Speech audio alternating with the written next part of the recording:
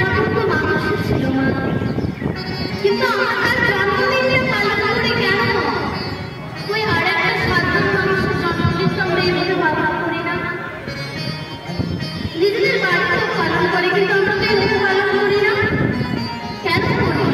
কারণ সে মানুষ ছিল, কিন্তু সে দেবতা, সে কবি। এই মানব জন্ম থেকে দেবতা হওয়া যায়, আবার এই মানব থেকে দানব হওয়া যায়। কর্মের দ্বারা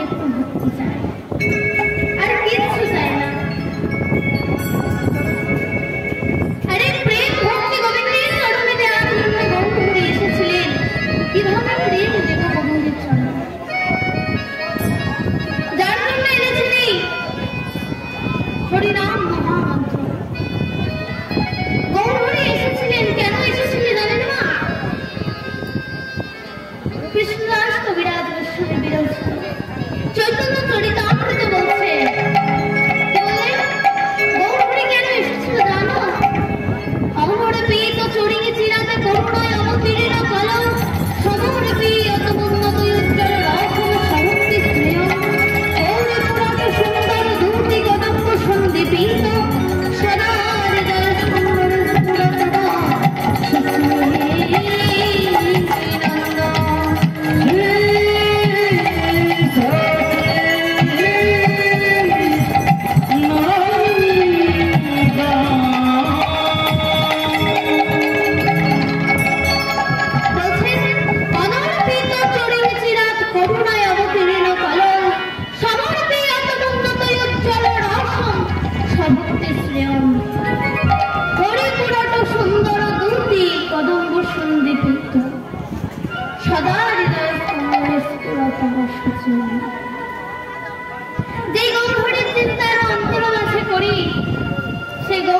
দিতে এসেছিল জানেন?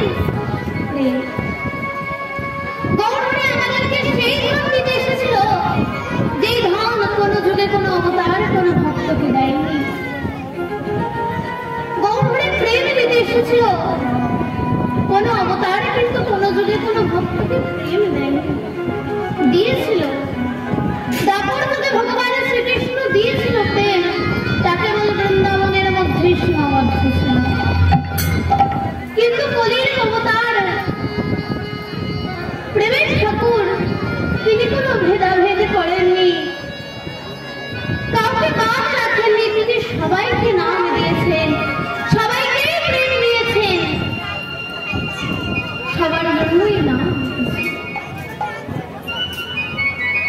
অথচ আমরা এমন কলিহত জীব যে আমরাই সেই নাম বলার সুযোগ পাই না। একযুগ দুযুগ নয় না, গৌরহরি 3টে যুগ লুকিয়ে এনেছিল এই নাম আমাদের জন্য।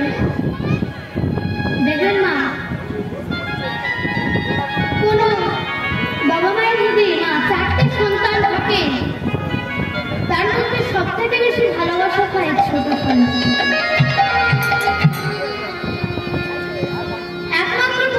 একমাত্র সন্তান হলে তো সে তেমনি ভালোবাসা পাবে, কিন্তু যদি 2জন বা 3জন হয়, সব থেকে বেশি ভালোবাসা পায় ছোট সন্তানকে। তেমন করলেও তো আমার গোবিন্দের ছোট সন্তান, তাই আমাদের প্রতি গোবিন্দের ভালোবাসাটা একটু বেশি।